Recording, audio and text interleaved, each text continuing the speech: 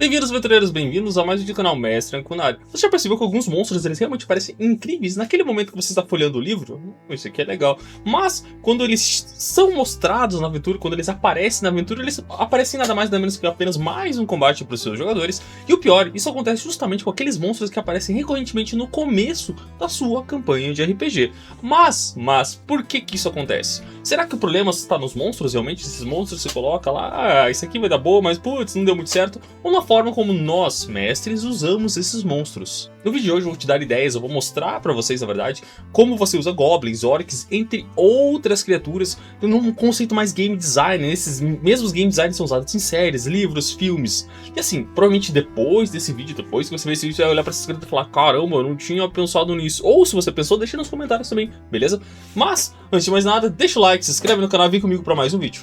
O primeiro ponto que eu vou trabalhar aqui com vocês é mostrar pra vocês que o principal erro que nós como mestres cometemos é colocar essas criaturas que eu vou citar aqui apenas como sacos de HP, coraçõezinhos dentro da exploração do Zelda, ok? Mas não é assim que funciona, né? Principalmente porque cada uma dessas criaturas ela foi projetada para trabalhar de uma maneira X. Se você ler um pouco sobre a criatura, você vai ver que lá tem alguns detalhezinhos menores, dá pra trabalhar com ela aqui, legal.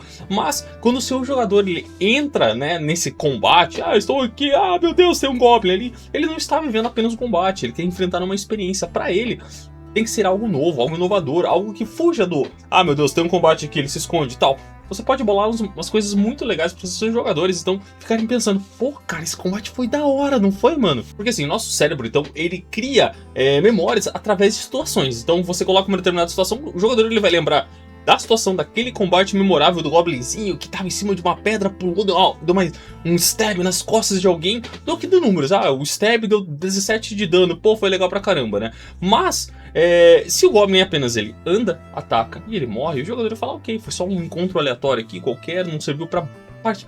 Não serviu pra... não quero falar bosta nenhuma, não serviu pra bosta nenhuma, né? Tipo, o jogador não teve uma real experiência nisso. Então, começar a bolar os encontros, usar essas criaturas ali de uma maneira muito mais dinâmica, de uma maneira muito mais aberta, além do... ele vem de frente, bate, foge. Ele vem de frente, bate, foge. Ele vem de frente, bate, morre. Esse tipo de jogadores. Você vai perceber, então, que essas criaturas podem ser usadas de uma maneira muito, muito mais legal do que simplesmente, entrou, morreu, caiu, XP, toma 50 de XP, legal? Vamos lá, vamos para um exemplo aqui, então. Imagina a seguinte situação: os jogadores eles estão andando aqui, estamos andando aqui, legal. De repente eles vêm uma ponte. Quatro aventureirozinhos, nível 1 lá começando, né? Cota de malha, espada longa meio chanfradinha, tal, o arco já meio sem flechas, sabe? Porque eles estavam caçando, seja o que for, o mago já sem algumas magias, né? Então eles se vêm diante de uma ponte, ok, né? Eles estão ali atravessando a ponte, quando do outro lado eles notam um certo movimento. Que é isso ali, né? Pô, o jogador faz uma rolagem de percepção, pô, legal, tirei 16, ok. Ele percebe que são 4 goblins do outro lado da ponte. Ele olha assim, pô, caramba, 4 goblins. De repente os goblins eles se tocam, jogam, estão bebendo no chão, sei lá, começa a ficar mais de vigília e pá, flechada começa a rolar solta ali, tá? Mas o principal objetivo não é esse. Realizando um novo teste que você pode pedir para os jogadores. Os jogadores não, eles percebem que existe um goblinzinho, que ele está correndo à frente lá, tá longe pra caramba. Os jogadores, provavelmente eles não vão entender. Mas o objetivo desse goblin, e desses goblins, esses 4 primeiros, não é simplesmente matar o grupo. Porque principalmente 4 goblins, derrotar 4 aventureiros é bem complicado, né? Mas é possível, claramente. Mas o objetivo desses 4 goblins é atrasar esses aventureiros, porque esse goblinzinho que tá correndo, tá lá dando tchau pra todo mundo, ele está indo para um acampamento maior, chamar um exército maior, para assim trazer uma certa e imensa dificuldade para os seus jogadores. Isso é legal pra caramba. Em The Last of Us, então, muitos encontros eles funcionam dessa maneira, né? Os inimigos, eles raramente são perigosos apenas pelo dano. Se bem que a gente se preocupa bastante na hora que a gente tá jogando, né? Mas enfim, eles pressionam o jogador a mudar constantemente sua estratégia, posição e prioridade. Salva alguém, foge pela porta, dá o triplo twist carpado no ar, enquanto dá tiro, sabe? Tipo aqueles filmes dos anos 80. Enfim, brincadeiras à parte, né? Mas, sempre que você for colocar essa determinada situação para os seus jogadores, sempre que você for colocar uma criatura para os seus jogadores, você se pergunta o seguinte, então: que comportamento ela deve provocar nos seus jogadores? Ela deve provocar alegria? Deve provocar um determinado suspense? Ela deve fazer os jogadores andarem mais cautelosos pela dungeon? Pense nessa maneira e talvez os confrontos fiquem muito mais memoráveis para os seus jogadores. E agora nós vamos falar das criaturas realmente, né? A primeira criatura que nós vamos retratar, talvez seja a primeira criatura quando a gente pensa em jogadores de nível 1, a gente coloca, né? Que são os Goblins. Os Goblins, então, eles são especialistas em caos controlado. Como assim, Mestre Nagrikum? Os Goblins, então, eles são frequentemente tratados como inimigos fracos. Olha aqui, vou te dar uma tacada na barriga. Só que, narrativamente, né? Eles representam algo muito, muito diferente. imprevisibilidade. Nós, mestres, assim como os jogadores, então, a gente não gosta realmente, né? A gente tem medo de perder o controle sobre uma determinada situação. Imagina os jogadores, então, eles estão naquele combate com o Goblin. De repente, um dos Goblins, ele começa a dar muito crítico. Tipo, dá acertos diretos, sabe? Um negócio assim. Os dados do mestre estão com sorte hoje. Eles começam a tirar 19, 20, 19, 20. Os jogadores já ficam, eita porra, será que esses Goblins vão deitar a gente na porrada, cara? Né? Aí é que tá, né?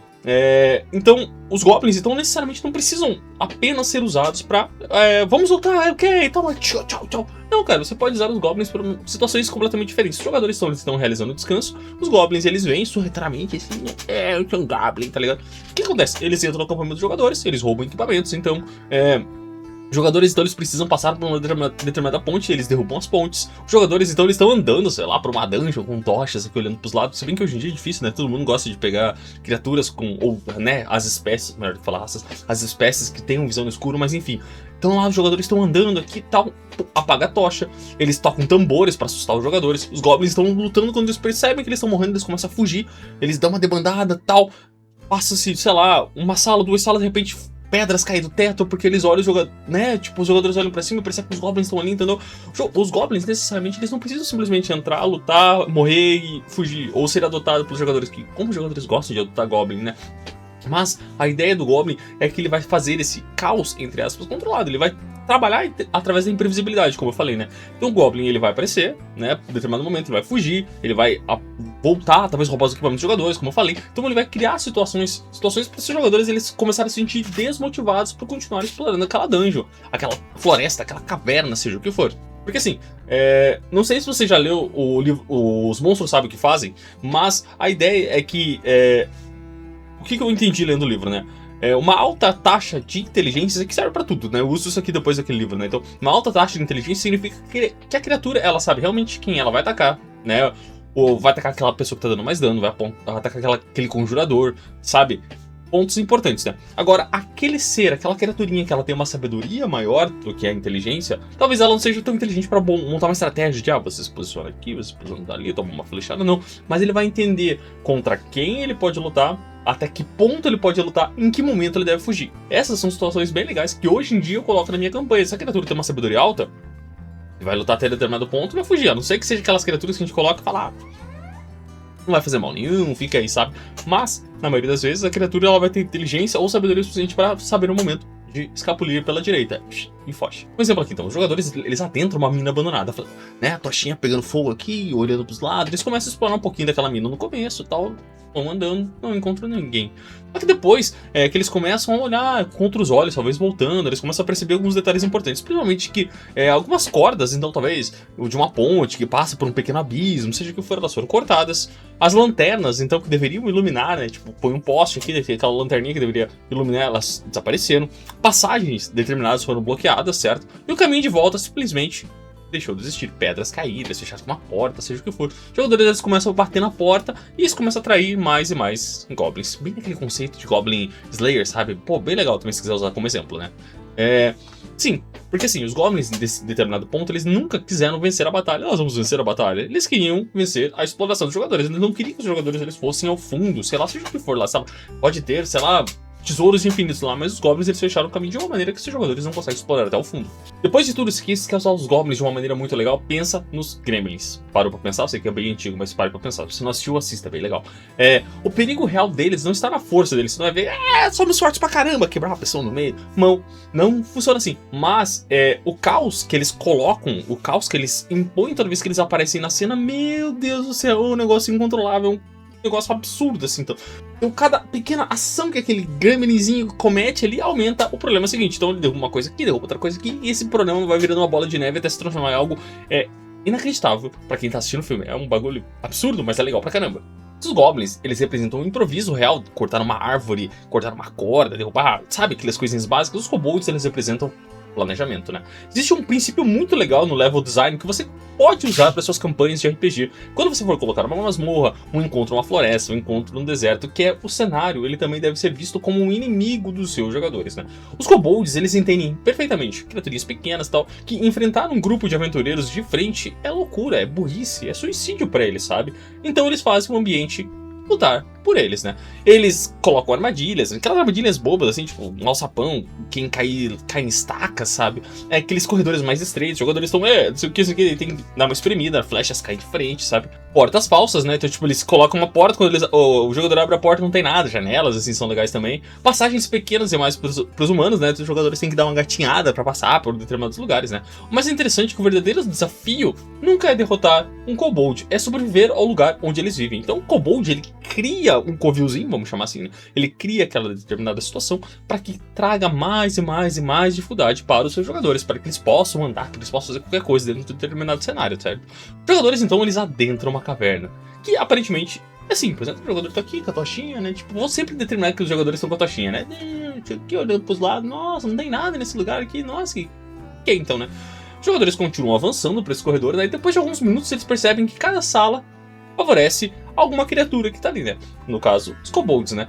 Flechas surgem de buracos invisíveis, aqueles buraquinhos pequenininhos, certo? Pedras caindo do teto, por passagens que os kobolds eles cobrem com talvez madeira, né? Tipo, eles colocam madeira, ele joga pedra no jogador, fecha, né? Passagens estreitas demais impedem que o guerreiro, o tanque do grupo, ou ele seja impedido de passar por determinadas salas, ou mesmo que ele não consiga usar armas maiores, uma arma de 2 mãos, um machado de 2 mãos, porque o lugar é muito pequeno, né? O cenário inteiro virou uma arma para os kobolds. A série de filmes Esqueceram de Mim, ela é praticamente um manual de kobolds, basicamente, né? Então o Kevin, ele vence porque ele transforma a casa inteira, sim, a casa inteira em um sistema de armadilhas onde cada ambiente favorece quem conhece o terreno. Então pare pra pensar no filme. Parou? Pensou? Então analise como é que é. Tipo, o cara entra numa porta, o cara não sei o que, não sei o que. Tudo que é criado naquele cenário é usado em favor do Kevin. Poucos monstros dentro de Dungeons and Dragons, essa é uma verdade que eu aprendi ao longo dos meus anos, né, jogando RPG, geram tanta identificação quanto outros seres humanos. Bandidos, eles possuem sonhos, eles possuem medos, eles possuem líderes, eles possuem familiares, eles possuem rivalidades, eles possuem interesses próprios, né? Isso faz com que cada encontro possa terminar de várias formas diferentes. Se o grupo de jogadores, então, eles encontram aqueles bandidos diante de uma ponte, diante de uma fortificação, seja o que for, não é que nem Skyrim, você chega descendo a porrada em todo mundo lá, limpa todo lugar, daí chega lá em cima, você consegue 50 moedas de ouro e uma espada de ferro. Porra, paia, né? Mas enfim, quando o grupo encontra esses bandidos, eles podem, né, resolver a situação ao invés de um combate através de uma negociação. Eles podem subornar esses mesmos bandidos para que eles possam passar, para que eles possam parar de realizar ataques, seja o que for. Eles podem, então, acabar traindo um outro determinado grupo, né? Então a gente foi pago pelo rei X. Então, não, o negócio é o seguinte, para vocês não morrerem aqui, então, né? Então, trai aquele rei, se alia o outro rei, sei lá, coisas assim, certo? Eles podem se render. Nenhum bandido vai lutar até a morte, tá? Isso é um ponto bem importante, bem legal. Os jogadores, então, eles podem recrutar esses bandidos para interesses próprios, ou mesmo para proteger uma fortaleza deles, seja o que for. Ou mesmo eles podem trocar informações com esses bandidos. Estão lá negociando, eu tenho uma informação pra você, tá ligado, parceiro? Quando todo inimigo que os jogadores encontram pode realmente conversar, né? Então é assim que funciona o negócio, né?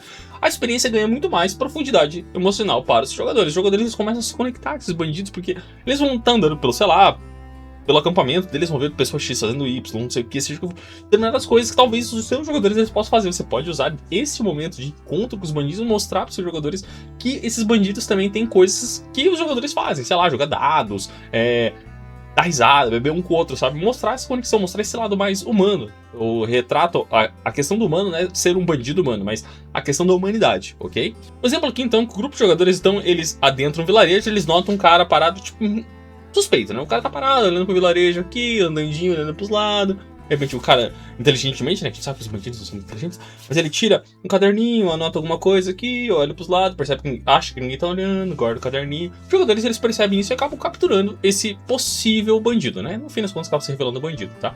Durante a conversa que esses jogadores fazem com esse bandido, né? Os jogadores descobrem que ele roubava caravanas para alimentar refugiados expulsos por um senhor local corrupto. Os jogadores começam a perceber que o senhor local desse lugar, desse pequeno vilarejo, ele é corrupto. Ele desvia dinheiro, ele desvia grãos do seu próprio benefício, ele negocia com reinos vizinhos, que podem ser inimigos, sabe, aquele conceitinho bem básico.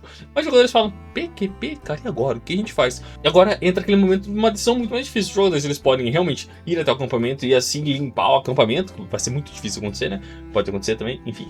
Ou eles retornam, ou eles se aliam a esse cara e acabam derrubando esse senhor corrupto, seja o que for. Mas a decisão ficou muito mais difícil do que simplesmente, um bandido, vamos matar esse cara aí, entendeu? Em Red Dead Redemption 2, praticamente todas as facções possuem motivações próprias. Mesmo criminosos são retratados como pessoas complexas, tornando cada conflito muito mais interessante. Esqueletos e zumbis, eles são duas emoções completamente diferentes, né? É aqui que muita gente mistura os conceitos de esqueleto e zumbi. Esqueletos, então, eles representam uma precisão, enquanto os zumbis, eles representam uma inevitabilidade, ok? Beleza?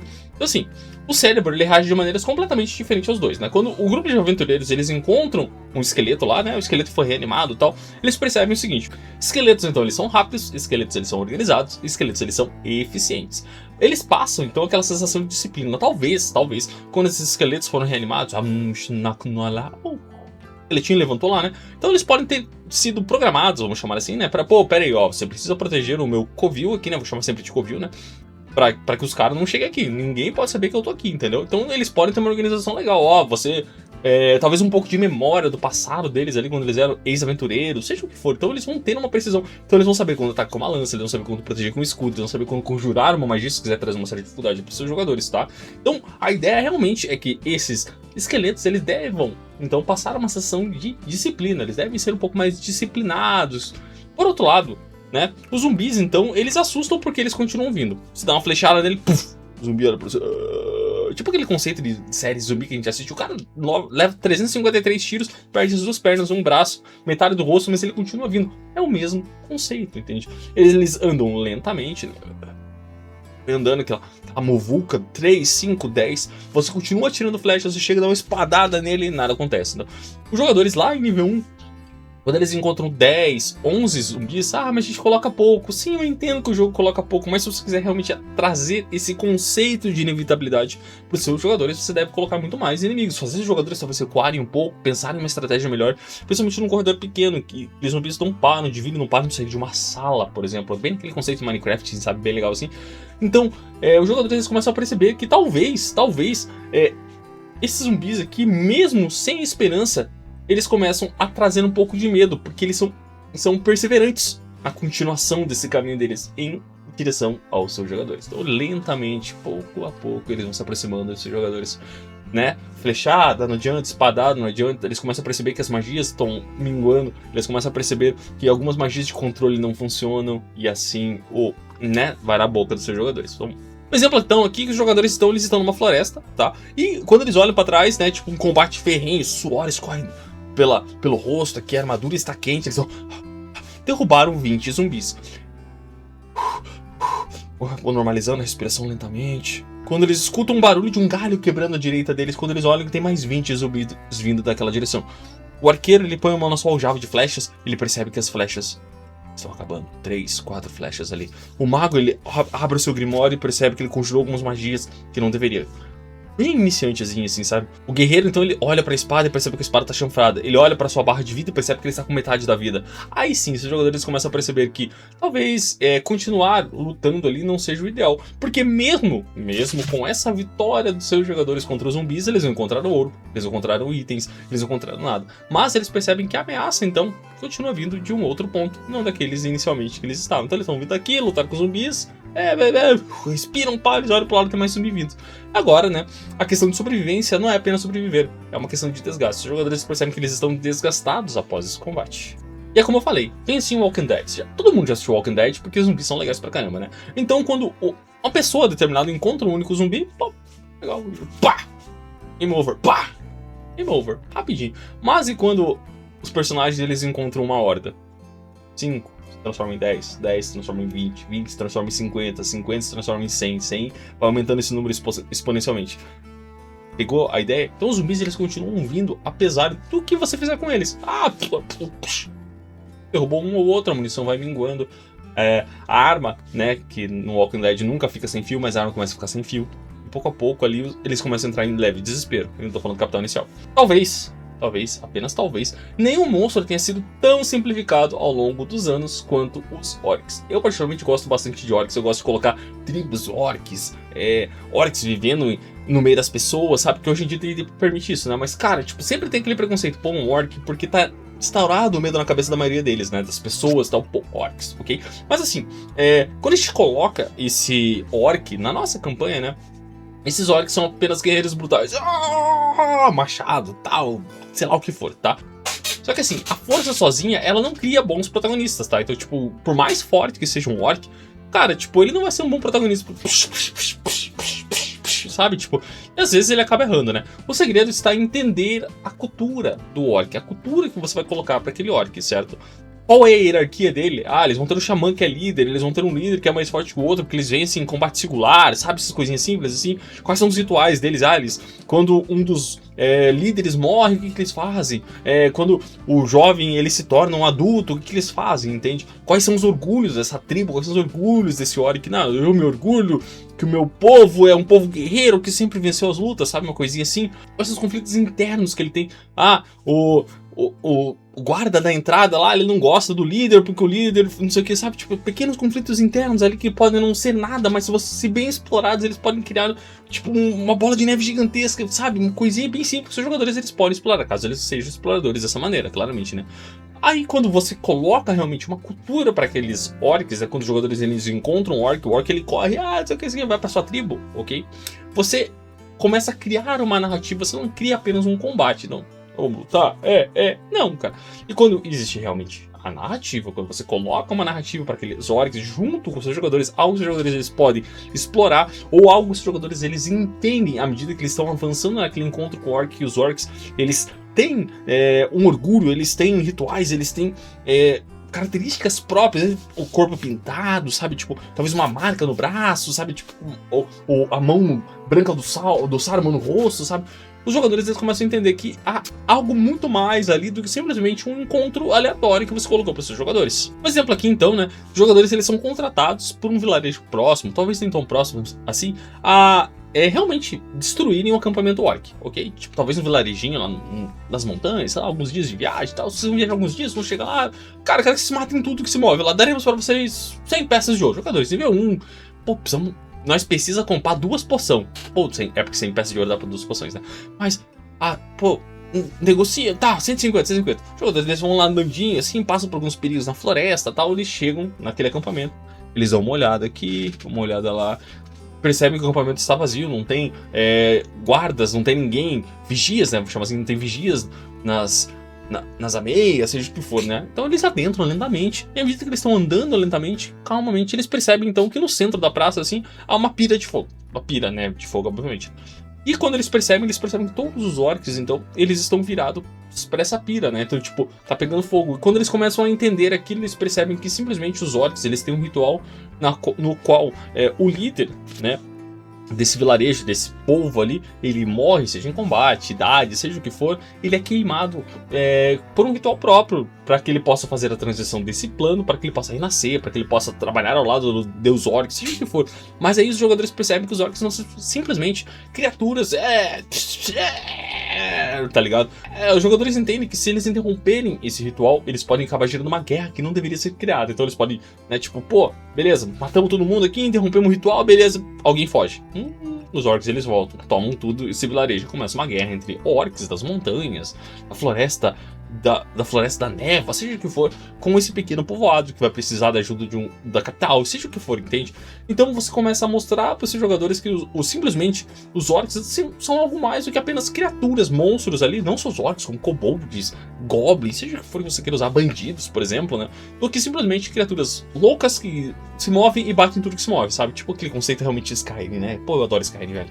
Em Warcraft, então, os orcs deixaram de ser o quê? Apenas monstros. Eles possuem história, eles possuem tradições, eles possuem políticas, eles possuem conflitos próprios, eles possuem um conflito tribo a tribo, a determinadas espécies dentro dele, determinadas famílias, vamos chamar assim, né? Tipo, a família A tem conflito com a família B, porque seja... Tipo, e pouco a pouco eles começam a trabalhar dessa maneira pra derrubar uns aos outros, assim. Então eles deixaram de ser um povo mais bárbaro e se tornaram realmente uma cultura dentro daquele mundo de Warcraft. Não simplesmente Entende? E é isso que transforma tudo tão interessante naquele universo de Warcraft. Insetos gigantes, então. O medo, ele vem do ambiente vivo, não apenas das criaturas que estão lá, o aranha lá, eu tô aqui, tá ligado?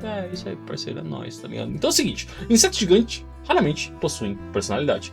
Olha pra pensar, a não ser que seja a Laracna, né? A maioria dos insetos não possuem realmente uma personalidade. Vamos aqui debater, aqui, não sei o que, não sei o que. Não. O inseto, ele tá lá, ele quer comer, ele come. Simples, objetivo. Prático, né? Só que aí que tá, é justamente isso que funciona tão bem. Ele não precisa pensar no que vai fazer, não sei o que, eu vou aqui, descer aqui, pá, não sei o que, calcular meu deslocamento. Não, ele só vai, cara. O bicho, ele só vai. Eu tenho que dizer que você pode usar o ambiente para favorecer essa criatura. Você acredita? Você já usou dessa maneira?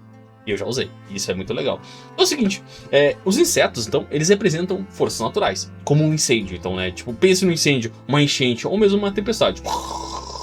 Aquela tempestade de zona de jogador, quando vê, pum, insetão. Pô, cara, legal pra caralho, né? Nosso cérebro interpreta criaturas assim como ameaças imprevisíveis, porque elas seguem instintos e não lógica humana. Louco, né? Só que assim, não existe uma negociação. Que nem você encontrar os bandidos, pode, orcs, a gente pode negociar aqui, toma umas moedas de ouro, pá, não sei o que. Não existe intimidação, ele não vai olhar pra você e ficar parado se olhando. Só existe sobrevivência. Vamos para um exemplo plástico aqui, né? O grupo de aventureiros entra numa floresta totalmente silenciosa, realmente silenciosa. Quando a gente fala de floresta para o nosso jogador, a gente fala, pô, vocês escutam o som dos pássaros, vocês escutam o som dos insetos, vocês percebem coisas ali, tipo cheiro e tal.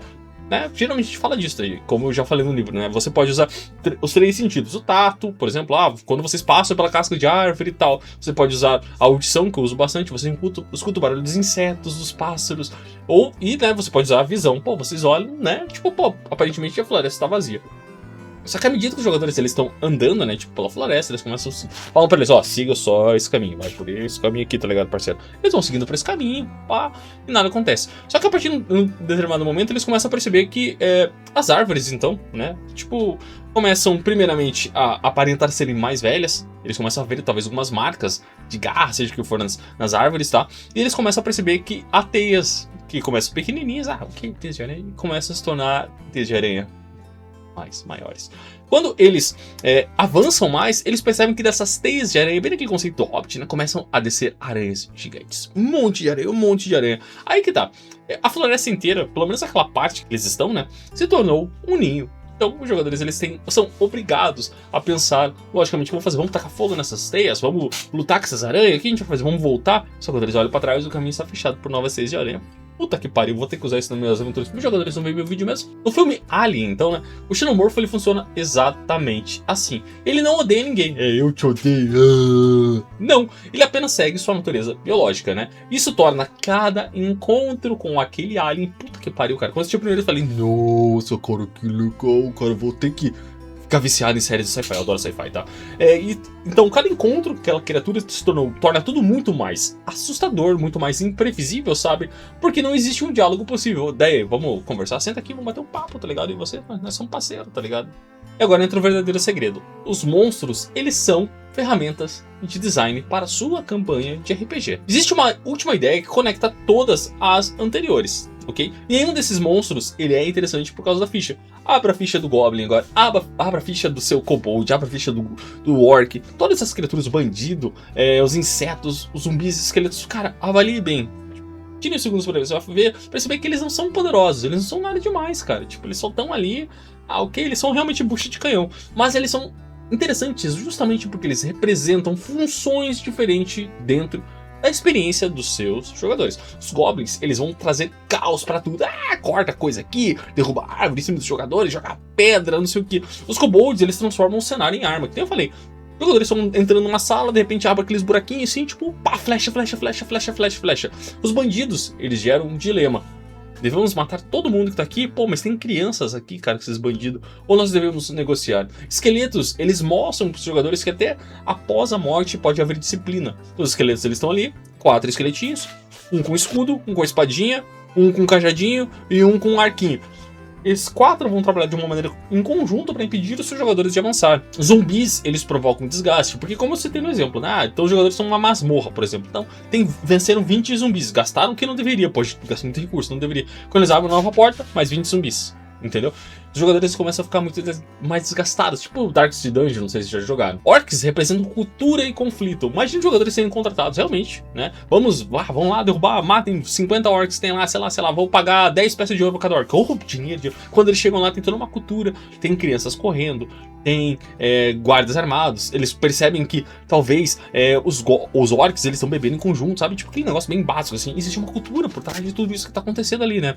Insetos gigantes, eles despertam o medo instintivo dos seus jogadores. Os jogadores então, tipo, eles estão pela floresta, né? Cara, quando do nada começa a descer um monte de aranha gigante e tal, aquelas coisinhas assim. Você conseguiu perceber o padrão aqui? Cada uma dessas criaturas que eu citei, ela serve justamente para provocar uma emoção específica nos seus jogadores. Caos, planejamento, imprevisibilidade, o medo instintivo, sabe? Aquelas coisinhas básicas que a gente não explora quando a gente está criando nossas aventuras de RPG para os nossos jogadores. Quando nós começamos a entender isso, como nós começamos a pensar de uma maneira mais ampla, né, do que só um monstro, uma ficha, vou pôr ali para encher espaço para os jogadores encontrarem, então a escolha daquele monstro deixa de ser apenas pelo nível de desafio. Isso se aplica a todos os monstros de Dungeons & Dragons, todos os monstros, mas nesse vídeo específico estou usando as criaturas mais básicas possíveis para você entender que até aquelas criaturas mais improváveis, mais fracotes, vamos chamar assim, um zumbi com 8 de vida, pô, uma porradada bem dada, derruba um zumbi. Mas se você criar esse desgaste para os jogadores, mostrar para os jogadores que não tem 1, 2, 3, 4, 5, 6, 7, tem 50 numa masmorra, entendeu? Os jogadores eles começam a perceber que o encontro não é só XP, e sim vira uma experiência para os seus jogadores. E é uma experiência que você, mestre, pode vir a criar para os seus jogadores. Isso é muito, muito mais legal do que você sentar e encontrar aqueles bichinhos de jogo. Beleza.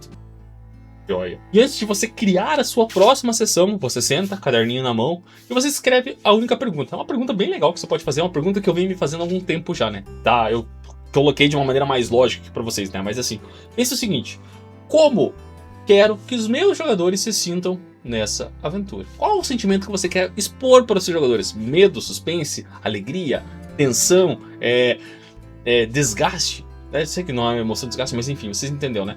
Mas os jogadores, você quer mostrar para os jogadores que existe muito mais ali do que simplesmente andar para uma masmorra, enfrentar as criaturas, ok. E é nesse ponto que a emoção que você queira colocar para os jogadores vai mostrar, então, qual é o monstro ideal para aquela determinada situação.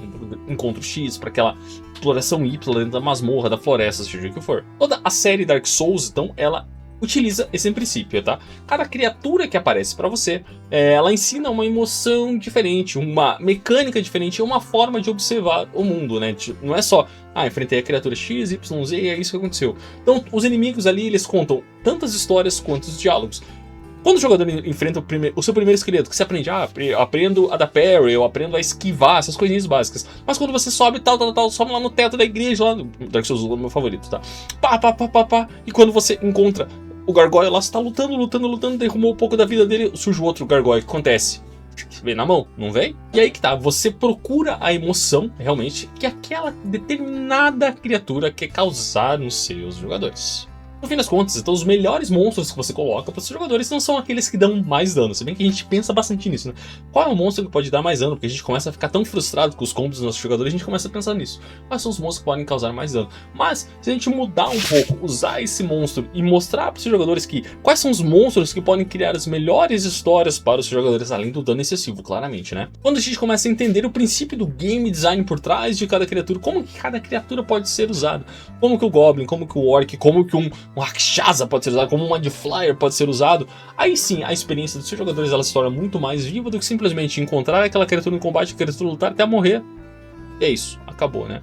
Quando os jogadores então eles encontram um dragão, um grupo de bandidos que tá ali com uma daguinha, isso as coisas pra nós. Quando os jogadores então eles também encontram uma floresta infestada de insetos gigantes, aranhas, baratas, o jogo não coloca baratas, mas enfim, baratas gigantes, um bom conceito para criar, entre outros. Então essa experiência, essa memória fica gravada na mente dos seus jogadores. E é exatamente isso que pode se transformar num combate tão comum, um combate simples, que você colocou ali, vou colocar os jogadores passando por floresta, um ninho de aranhas, ok, em algo, uma memória realmente viva, algo que seus jogadores vão lembrar durante anos e anos. E agora eu quero saber de vocês, qual ou quais dessas criaturas de Dungeons & Dragons ou outros sistemas vocês usam nas suas campanhas e como que vocês usam essas criaturas. Deixe nos comentários. E claro, se inscreve no canal, deixa o like, ativa as notificações aí, dá uma olhada no comentário fixado. Nos vemos no próximo vídeo, que os críticos estejam com vocês. Ai meu Deus!